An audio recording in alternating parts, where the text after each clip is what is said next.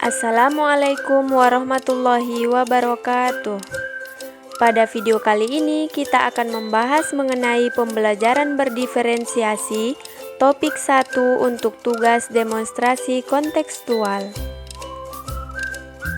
Kelompok kami beranggotakan Resi Mildayanti, Salmia Mardatillah, Sherly Igel Anastasia, Siti Nurul Fadilah, dan Zakiyah.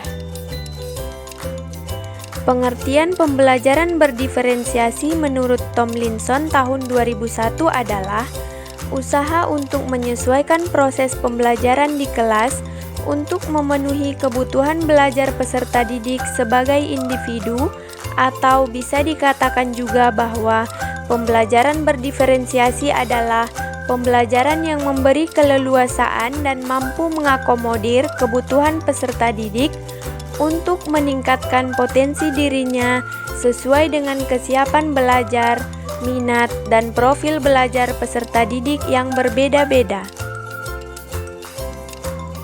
Selanjutnya adalah contoh keragaman anak di kelas. Yang pertama, keberagaman agama peserta didik.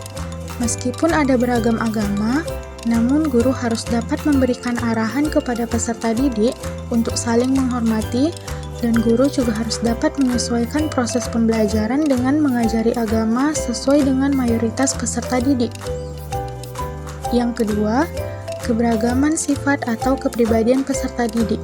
Setiap individu pasti memiliki sifat atau kepribadian yang berbeda dengan individu lain. Kepribadian inilah yang menjadi ciri khas dari setiap peserta didik, di mana adanya kepribadian peserta didik yang cenderung pendiam, dan adapun peserta didik yang aktif. Dari hal inilah, guru harus mampu mengelompokkan peserta didik agar dapat bersosialisasi dengan temannya. Yang ketiga, keterampilan minat dan keterampilan peserta didik.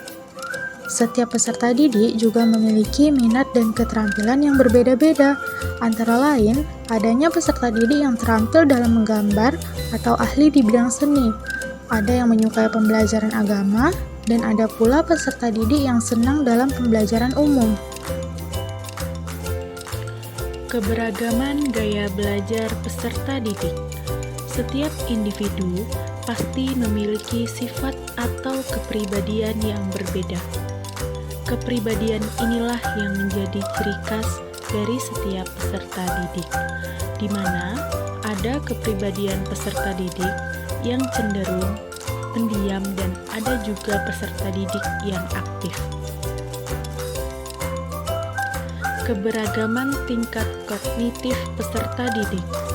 Peserta didik juga memiliki tingkat kepintaran yang berbeda.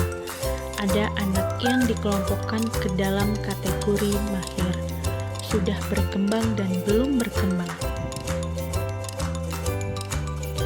Teori pendukung. 1. Teori sistem ekologi. 2. Teori multiple intelligence. 3. Teori zone of proximal development or ZPD. 4. Learning modalities. Teori pendukung yang pertama yaitu teori sistem ekologi. Teori sistem ekologi merupakan sebuah teori yang menekankan pada pengaruh lingkungan dalam perkembangan setiap individu, di mana perkembangan peserta didik merupakan hasil interaksi antara alam sekitar dengan peserta didik tersebut. Yang kedua, yaitu teori multiple intelligence. Teori ini mengatakan bahwa tidak ada manusia yang tidak cerdas. Paradigma ini menentang teori dikotomi cerdas tidak cerdas. Gardner juga menentang anggapan cerdas dari sisi 10, intellectual quotient, yang menurutnya hanya mengacu pada 3 jenis kecerdasan, yaitu logika matematik, linguistik, dan spasial. Selanjutnya, saya akan menjelaskan tentang teori Zone of Proximal Development, DVD. Teori ini menjelaskan tentang jarak tingkat perkembangan aktual anak dengan tingkat perkembangan potensial, sebagaimana cara anak untuk memecahkan masalah dengan individu maupun dengan temannya. Selanjutnya, teori learning modality. Modalitas berarti gaya atau tipe, maka modalitas belajar seseorang merujuk kepada gaya dan tipe belajarnya. Modalitas belajar learning style juga merujuk kepada cara interaksi individu dengan sistem pesan atau rangsangan, kemudian memproses dan menganalisa pesan tersebut di dalam otak untuk dijadikan pengetahuan. Sekian penjelasan kami pada video kali ini dan sampai jumpa pada video berikutnya.